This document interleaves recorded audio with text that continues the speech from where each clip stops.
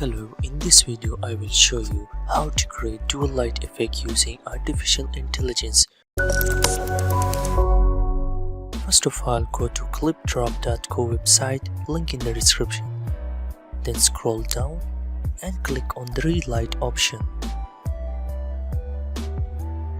Then click on the click or drop a file here to start. Upload your photo. I have a stock image, then I want to upload it and click OK. When image is loaded, you will see these two buttons.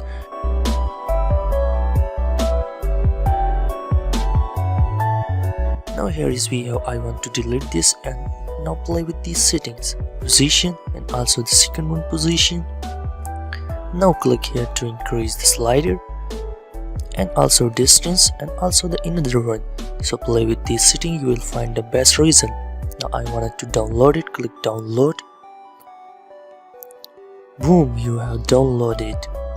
Now click open. Here is the before and here is the after.